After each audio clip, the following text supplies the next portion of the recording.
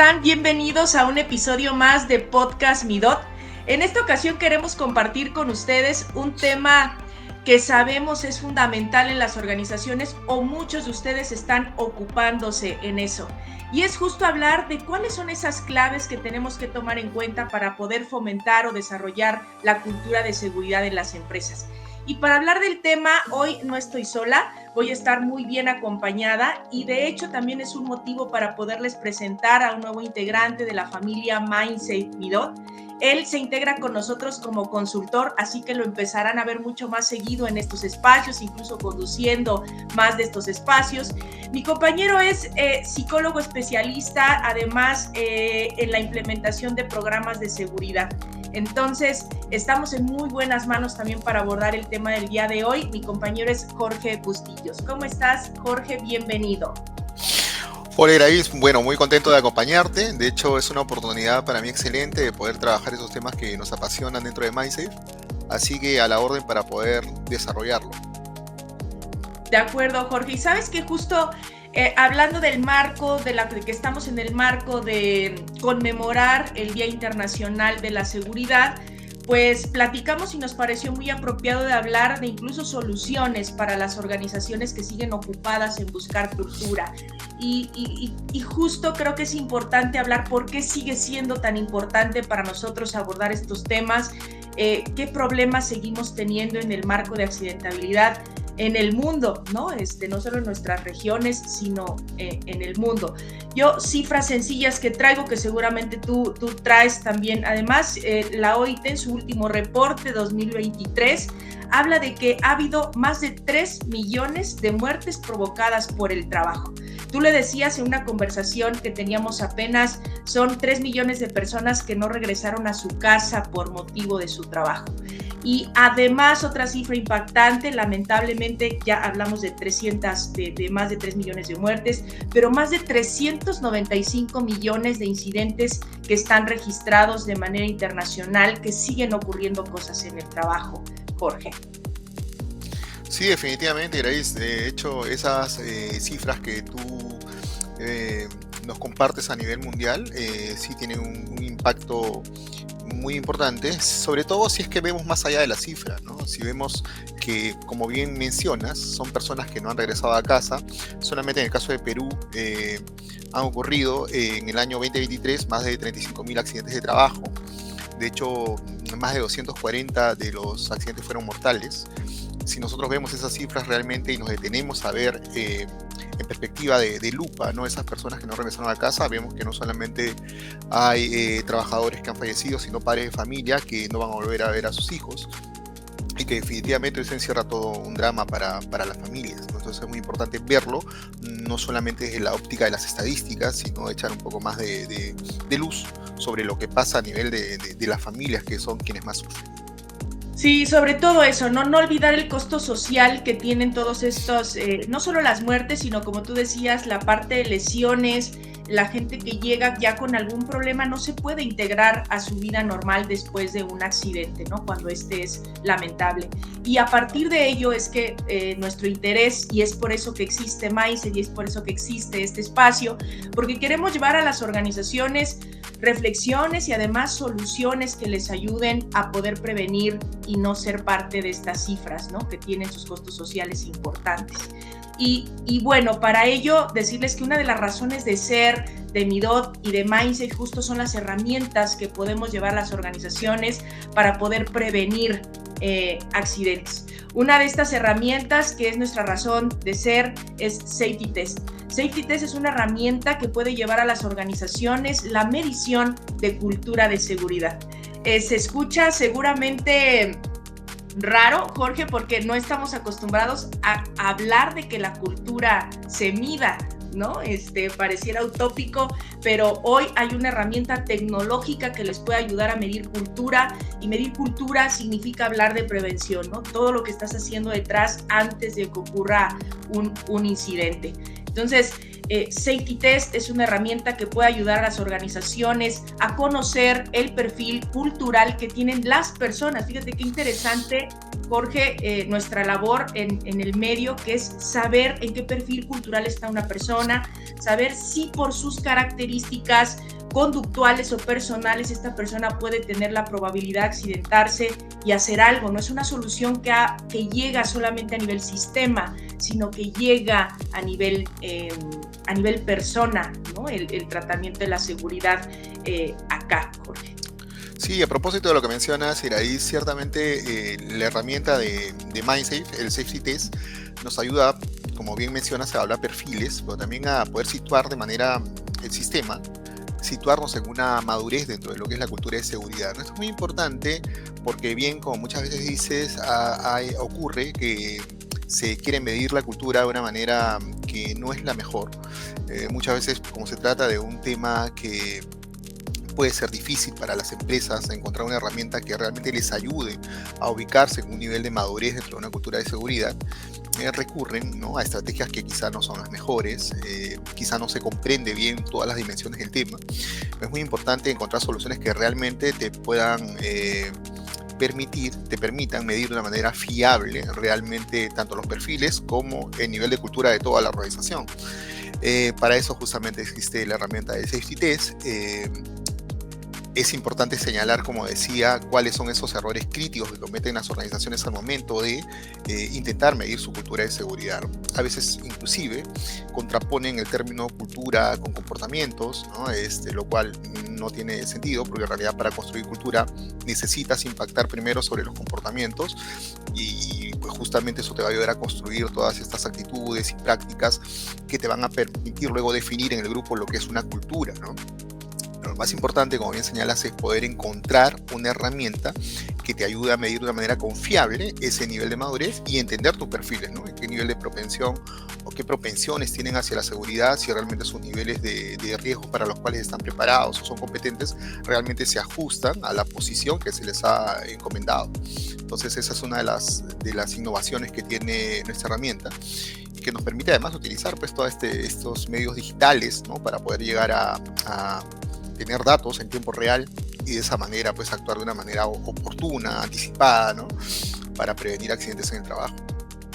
Sabes que ahora que mencionabas la parte de los errores, Jorge, justo nos hemos llegado a encontrar que un indicador, permíteme decirlo así, tal vez erróneo de medir cultura. Hay muchos esfuerzos hoy en trabajar en sistemas de seguridad internos o sistemas de gestión, que a veces el tener un buen resultado, ¿no?, o porque logré tener una acreditación, pensamos que también estoy trabajando en cultura. Y algo que en lo que me he encontrado que es importante separar no es lo mismo tener un programa de seguridad robusto que tener un programa cultural. Entonces, desde estas mediciones es también, no porque a lo mejor tenga una excelente calificación en un sistema de gestión, significa que estoy promoviendo la cultura, porque cuando hablamos de cultura, Jorge, es importante desmenuzarlo, ¿no? Es que la integra, ¿no? No solamente las reglas o requisitos que cumple la empresa, sino son los hábitos, las creencias, las costumbres que tienen en las organizaciones, y eso se construye más allá de solo poner requisitos en la empresa, ¿no? Sí, efectivamente lo que mencionas es muy cierto. Puedes tener un sistema de gestión muy bueno, muy costoso, robusto, ¿no?, pero no tienes a las personas y no tienes las prácticas idóneas para poder aprovechar justamente ese sistema. Y ahí viene justamente lo importante de poder diagnosticar cómo, lo que bien decías, cómo se comporta la gente, cómo piensa la gente, cómo siente la gente en relación o dirigido a temas de seguridad en el trabajo.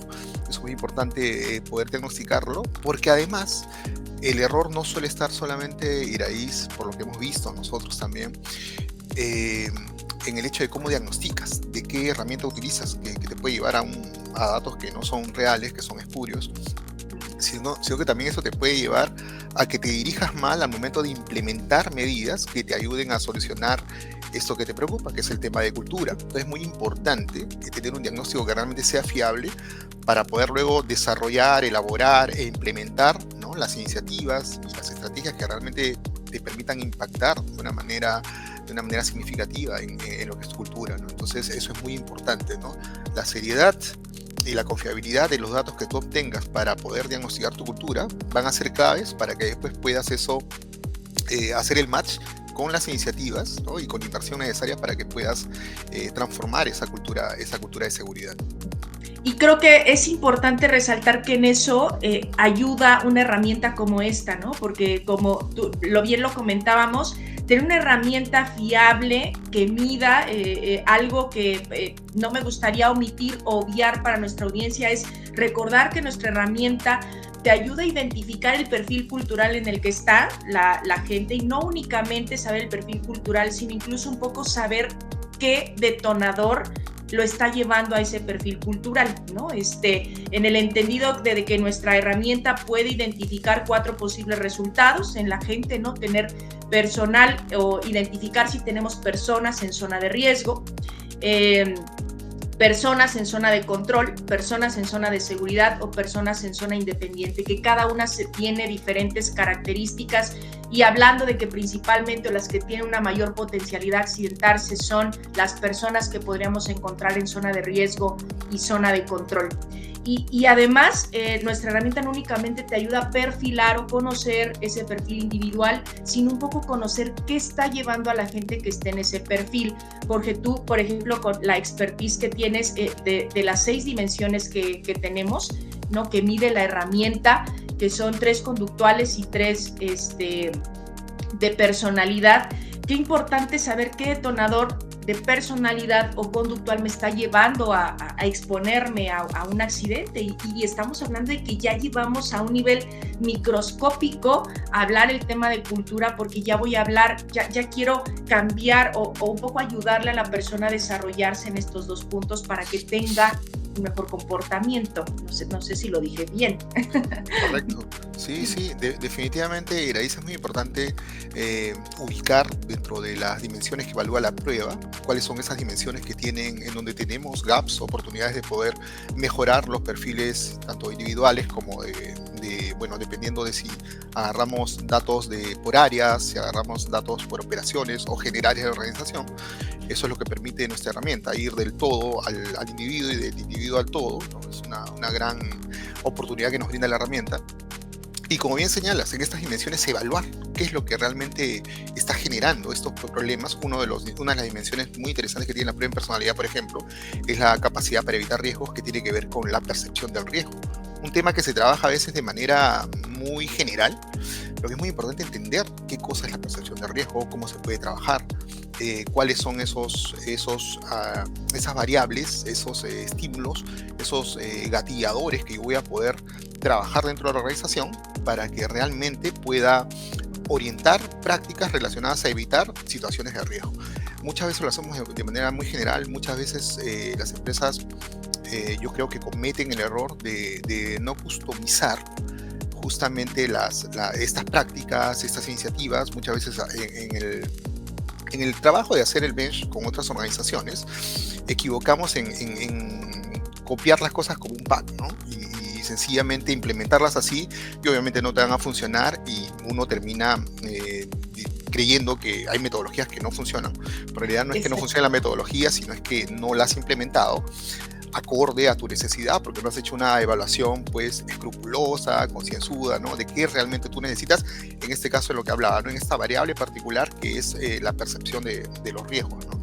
Entonces eso es muy importante saber qué gatilladores me van a servir para poder trabajar realmente con estímulos, con señales, ¿no? Que realmente me ayuden a generar las conductas que yo deseo.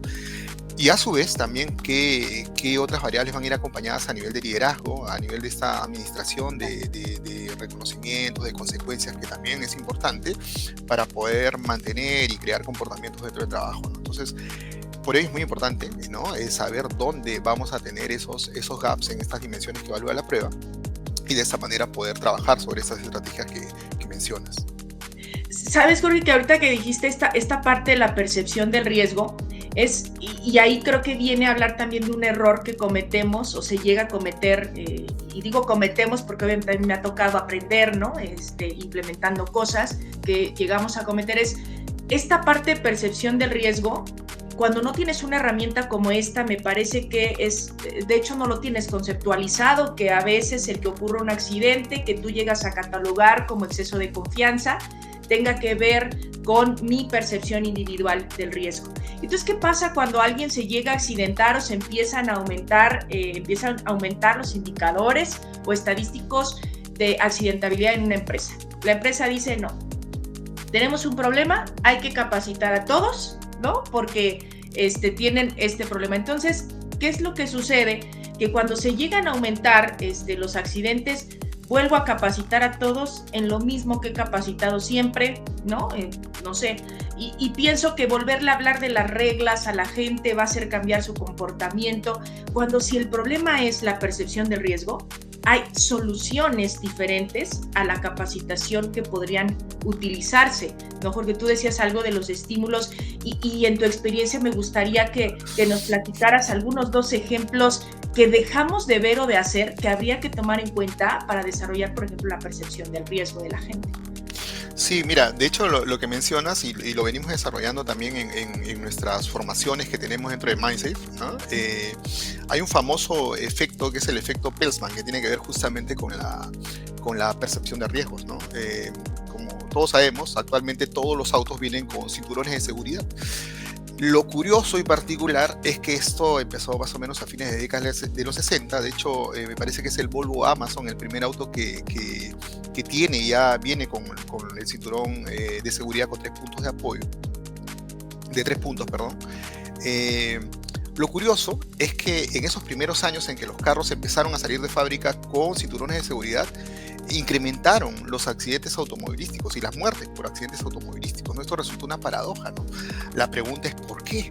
¿No? Y justamente ahí hay un sesgo de optimismo, ¿no? Esta idea de que si yo tengo algo que me protege, ¿no? Entonces ya estoy inmune de cualquier otra situación, ¿no? Entonces como tengo cinturones de seguridad, puedo manejar a más de 120 kilómetros en carretera, en donde el máximo es 90 kilómetros por hora, ¿no? Entonces, ese tipo de situaciones que tienen que ver con percepción de riesgo justamente nos hablan de ese sesgo que normalmente tenemos. Un sesgo es básicamente un error de pensamiento, una idea de que en este caso de que no nos va a pasar nada o de que las probabilidades de que no nos pase nada son mayores a aquellas de que nos pase algo en una situación inminente de riesgo, ¿no?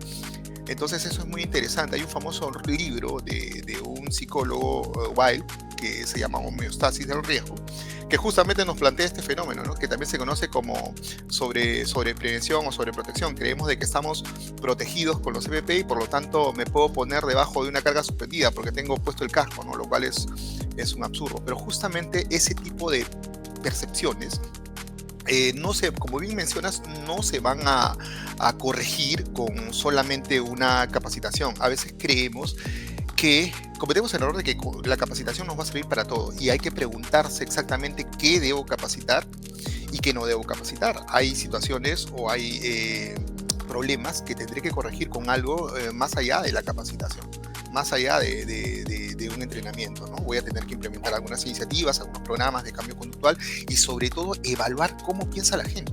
Y justamente eso nos lleva a la premisa con la que hemos empezado este podcast, que es importante evaluar justamente dónde están los errores a nivel de tanto dimensiones conductuales como de disposiciones de personalidad que nos pueden llevar a cometer este tipo de errores. Entonces, si nosotros tenemos, volviendo al tema de percepción del riesgo, personal que se encuentra, ¿no? con gaps en ese punto, en esa dimensión, pues definitivamente tenemos que evaluar, más allá de capacitar sencillamente en lo que es evaluación de riesgos, también explorar qué cosa piensan ellos, ¿no? Con relación a este tipo de situaciones. Quizá tienen este sesgo de optimismo que los hace creer que van a salir libres de cualquier situación de riesgo, ¿no? Porque creen que sus probabilidades de salir sin daño son mayores que aquellas que tienen que ver con salir pues, accidentado, ¿no? Sabes que esto que mencionas es súper importante porque muchas veces justo en las organizaciones pensamos que por blindar con un montón de controles ya no va a pasar nada, y ahí regresamos al punto importante de por qué medir el perfil cultural de la gente, porque por mucho que blindes, pongas controles, el que te mande pitidos así que nunca se calle para que te pongas el cinturón de seguridad, si la persona tiene una percepción del riesgo baja, sus características individuales lo hacen distinto, los controles no sirven o no funcionan o le afectas. Fíjate qué interesante esto que acabas de decir. Si él tiene una baja percepción del riesgo, ya con todos los controles dice, ay, menos me va a pasar, y me sigo o me expongo de más. Entonces, eso me parece de mucho valor, y de ahí la importancia medular de conocer, ¿no?, qué está orillando o qué pasa por el tema conductual o de personalidad de nuestros colaboradores que pueden estar orillando a que tengan comportamientos inseguros que los exponen, ¿no? Y parte de esto de identificar, algo que también dijiste, Jorge, el tema de la capacitación, creo que lo hemos platicado en varios espacios y es importante reforzar. La capacitación no va a transformar la conducta, ¿no? Es un muy buen principio para establecer reglas, normas, conocimientos, que es básico para fomentar cultura y conocimiento, pero eso no transforma la cultura. Tiene mucho que ver con los puntos que nos estás mencionando, que son acciones que van más allá de la capacitación para fomentar hábitos seguros.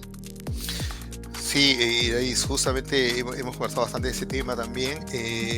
Solamente para complementar esa idea que mencionas, ¿no? Hay modelos que se han trabajado inclusive desde la seguridad basada en el comportamiento, ¿no? El famoso modelo del poder, saber, querer, que bien menciona lo que tú dices. Hay empresas que experimentan, ¿no?, esta situación o esta sensación de que ellos cumplen con todas las regulaciones de la norma. Además cumplen porque tienen el convencimiento de que implementar estándares, ¿no?, invertir en ellos les va a permitir, por supuesto, pues, prevenir accidentes. No obstante, se chocan con la realidad de que aun cuando los trabajadores pueden y saben, a veces son temas de motivaciones las que llevan a que ocurran, pues, accidentes en el trabajo. Es muy importante tomar en cuenta eso.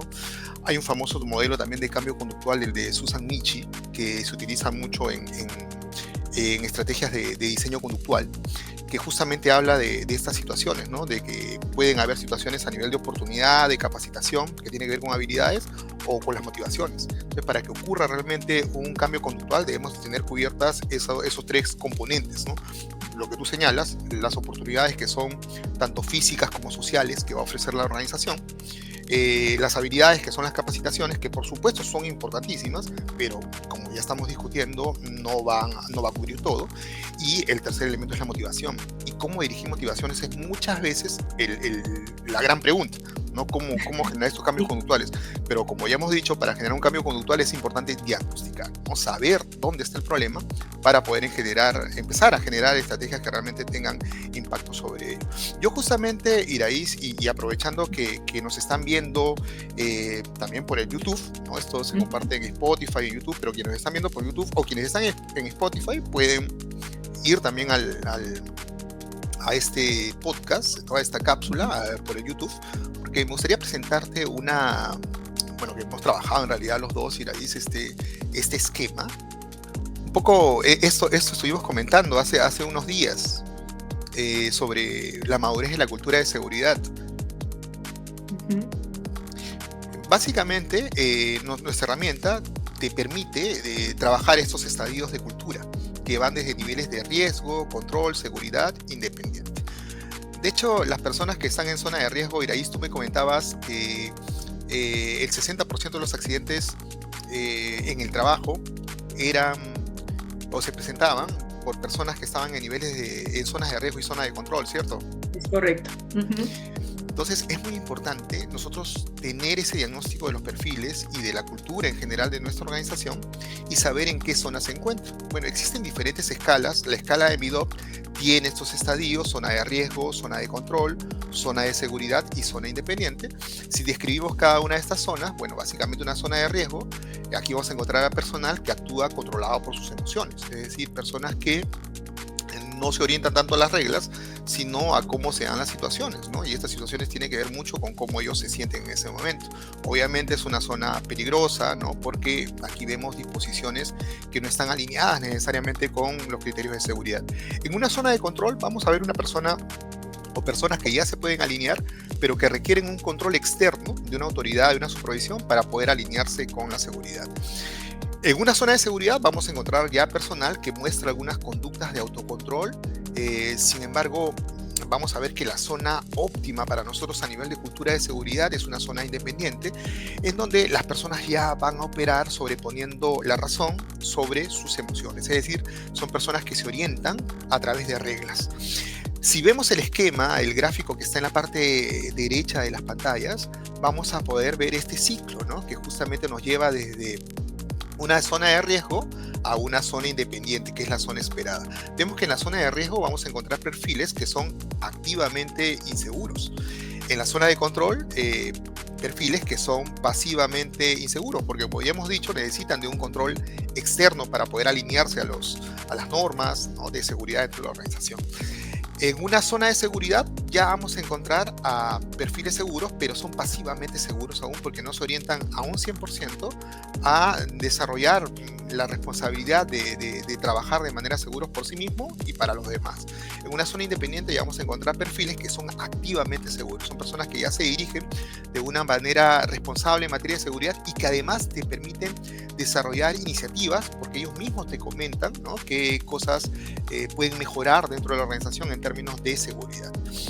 Lo importante de esto, Iraís, también como nosotros conversábamos y discutíamos cuando desarrollamos este esquema, es que estos perfiles no son estáticos, ¿no? Porque en una empresa, y nos ha pasado, ¿no?, evalúan a su personal y pueden creer de que, no sé, tienen de acuerdo a nuestro estándar, por ejemplo, el 50% de su población se encuentra en zona de seguridad. Y eso es muy interesante porque, bueno, puede representarte el hecho de que tienes una cultura, digamos, dentro de lo esperado, ¿no?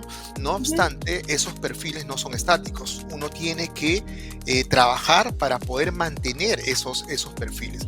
En el caso de los cuadrantes que están en la parte superior de este gráfico, obviamente ahí tenemos que fortalecer y mantener un estadio que obviamente es dentro de lo esperado. Pero en la parte inferior, ahí tenemos estadios que obviamente ahí tenemos que corregir y también crear conductas, ¿no?, tanto en la zona de riesgo, que nos va a llevar a corregir comportamientos, y en la zona de control, que ya vemos que se pueden alinear. Entonces empezamos a crear comportamientos relacionados con la seguridad en el trabajo.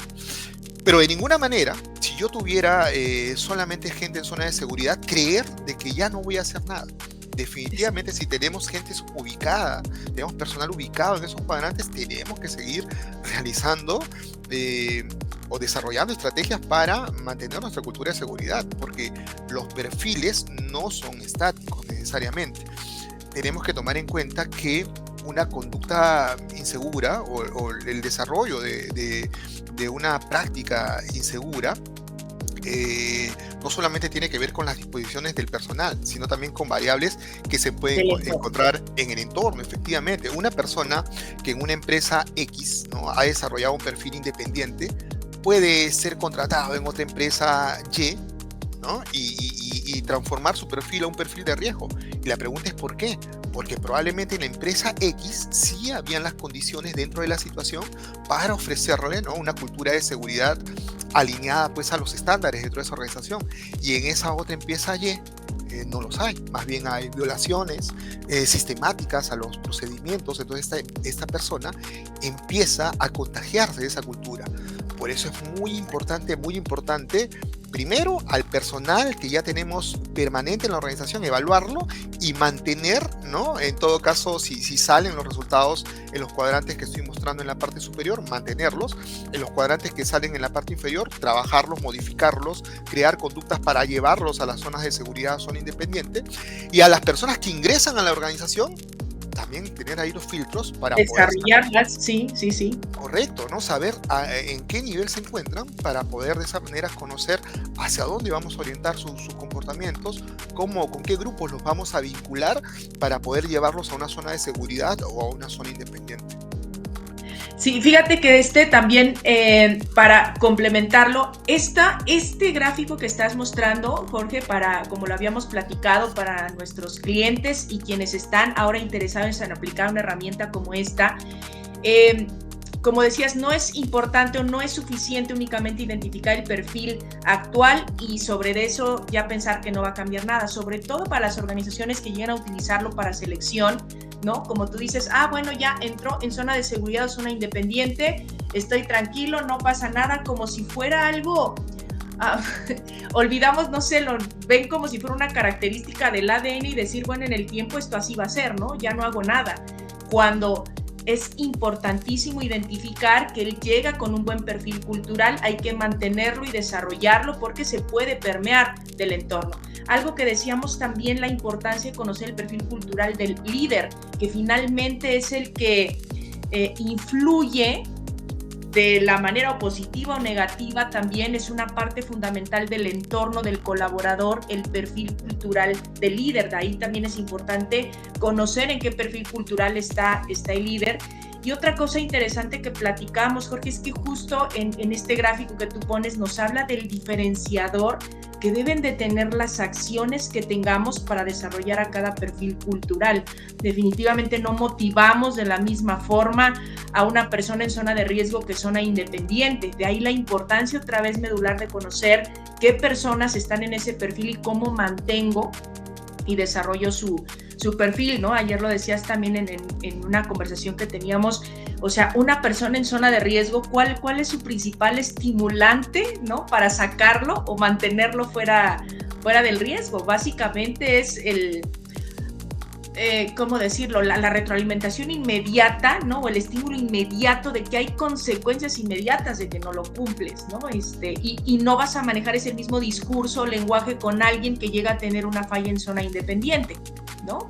Ellos ya necesitan otro tipo de estímulo, de feedback, y eso hace un cierre importante de por qué sumar una herramienta como esta que te ayuda a conocer perfil cultural individual de la gente que finalmente es...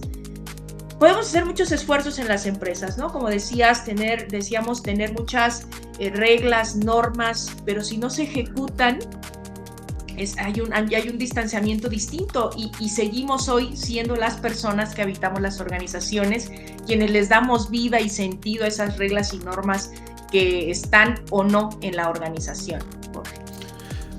Sí, Iraís, yo rescato de lo que acabas de mencionar, que es interesantísimo, rescato dos cosas, ¿no? en las que me gustaría hacer fuerza. Primero, en lo que mencionas de conocer el perfil de los líderes, es fundamental, ¿no? Imagínate que un trabajador tenga un perfil de seguridad y un líder, un supervisor, esté en zona de control o de riesgo, ¿no? Entonces, ¿en manos de quién está ese trabajador que tiene una buena propensión, digamos, hacia comportarse de manera segura, ¿no? Es muy importante estandarizar ello porque los líderes modelan comportamientos. Técnicamente el modelamiento es dar el ejemplo. Y eso es una acción muy poderosa. El ejemplo es una acción muy poderosa dentro de lo que es formar una cultura de seguridad. El ejemplo es fundamental. Entonces, si no trabajamos de los líderes, difícilmente vamos a hacer que baje, valga la redundancia, en cascada todas estas prácticas que nosotros queremos implementar en materia de seguridad. Eso es uno.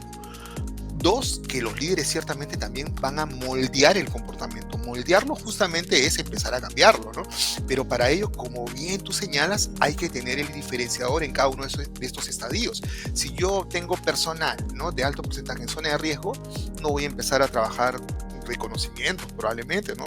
Lo primero que tendré que hacer es llevar pues a cero esos comportamientos que son inseguros. Probablemente tenga que utilizar algunas estrategias que sean correctivas, como la retroalimentación correctiva o algún programa de coste de respuesta. Bueno, eso ya justamente se analiza. Nosotros hacemos el análisis con nuestros clientes para poder aterrizar estos criterios que son un poco técnicos, pero que en la medida en que, digamos, conversamos con los clientes, los traemos a terreno y empezamos a desarrollar las estrategias idóneas. Una de las cosas interesantes en ese sentido, Iraís, es que hay muchas empresas, muchas organizaciones que ya tienen implementadas estrategias muy interesantes. No obstante, no las implementan o no sacan la paja del trigo. No hacen ese trabajo de ver qué es lo que mejor funciona, o sencillamente también son programas que están, pero los engranajes están oxidados, ¿no? Están para echarles aceite y empiecen a funcionar esos programas, o en todo caso lo que hacemos también es decirle, mira, de esto tendrías que complementarlo además con una formación, ¿no?, que quizá en ese punto sí te sirva, ¿no? Entonces, todo eso es importante de poder analizarlo bien en función como tú has desarrollado en esta participación que me antecede. Hay que desarrollarlo a partir de entender el diferenciador, ¿no?, en cada una de estas etapas. Y creo que ahí, como para ir cerrando, amigo, creo que ese a veces es uno de los principales errores, que cuando hay fallas o no hay fallas en la cultura, empiezo a tener accidentes. Un error muy común es que empiezo a trabajar con la parte de abajo, con la parte operativa. Y entonces le sumo todo el que voy a capacitarlos, le invierto mucho tiempo, mucho tiempo y mucho recurso, porque es mucha gente la que se llega a mover para capacitar a una planta de 200, 300, 500 o hasta 1000 personas, porque quiere llegar a los 1000. Y seguramente lo han escuchado nuestros clientes muchas veces. Cuando estamos dando esos cursos, ¿qué te dice el colaborador? Oiga, pero esto dígaselo a mi supervisor, ¿no? Porque yo llego allá y él me invita a hacer cosas completamente distintas, que es un error muy, muy común, y obviamente llega a no tener resultados exitosos cuando queremos hacer cambios, porque quiero hacer el cambio en el colaborador sin considerar que el líder es el que hace que permeen o no esas normas y esas reglas, ¿no?, al interior de la empresa. Así es, Iraís. Bueno, ha sido una conversación bastante interesante, Iraís. Te agradezco por promover este espacio. Realmente es muy interesante para todos nosotros, para todos los que, como decía desde un principio, ¿no?, nos apasiona el tema de seguridad. Entonces, siempre a la orden para poder trabajar esos temas, Iraís. Muchas gracias, Jorge. Bueno, pues entonces puntualizar elementos, amigo, a manera de resumen en esta charla que tuvimos el día de hoy. Primero, saber los accidentes siguen ocurriendo, ¿no? La búsqueda de soluciones está, esperemos que muchas organizaciones no solamente estén preocupadas, sino ocupadas en hacer algo para evitar que sus colaboradores tengan un costo social que es irreversible, ¿no? Más allá de solo tener una incidencia. Sumar herramientas tecnológicas como hay una solución en el mercado, como la nuestra, que te ayuda a conocer de manera individual a tus colaboradores y poder hacer, yo le llamo así como una especie de cirugía en el tema de cultura, porque ya lo haces a nivel medular con la persona, ¿no? O sea, yo siempre digo que quien suma una herramienta como esta a sus organizaciones es que ya le preocupa a la gente, y entonces estamos hablando de un nivel de liderazgo completamente distinto, ¿no?, que ya se ocupe la gente. Y no sé qué otros puntos más te gustaría rescatar, Jorge. Bueno, lo que hemos tocado, la importancia de poder diagnosticar, ¿no?, llegar a hacer esas evaluaciones con herramientas, como bien mencionas, que nos permitan conocer de manera oportuna y fiable cómo se encuentran los perfiles de nuestros colaboradores, de nuestros trabajadores, y también sacar indicadores de toda nuestra cultura. Esto es lo que nos permite una herramienta como el Safety Test de MindSafe. Por otra parte, considerar que es importante el tener estos resultados para poder orientar, para poder colocarnos en dirección correcta al momento de implementar iniciativas, estrategias, programas que realmente, evaluados de esta forma, van a tener pues impacto, ¿no? Por todo lo que ya hemos mencionado, por la importancia de poder entender los diferenciadores dentro de cada estadio cultural, por la importancia del liderazgo, ¿no? Entonces, eso es algo que me gustaría resaltar en este cierre, Iraís, que tú también has mencionado de una manera bastante positiva. Muchas gracias, amigo. Y bueno, pues no nos gustaría cerrar el capítulo, porque sí sabemos que hay muchas cosas que nos gustaría seguir conversando con ustedes. Sin embargo, con estos puntos dejamos algunas reflexiones importantes para las empresas. Decirles que el espacio sigue abierto. Los invitamos a nuestro webinar, que justo está enfocado a hablar de buenas prácticas que han funcionado para otras organizaciones, utilizando herramientas como Safety Test, sumarlas a sus sistemas de gestión para justo tener un mayor impacto en sus acciones. Este webinar es el próximo 30 de abril. Los esperamos, 11 de la mañana, hora México, 12 del día, hora Perú. Hora Perú. Entonces, esperamos a toda la comunidad para que sigan aprendiendo cómo una herramienta como esta puede transformar a las organizaciones teniendo hábitos seguros. Muchas gracias a todos los que nos acompañaron en el capítulo. Gracias. Un saludo afectuoso para todos. Gracias.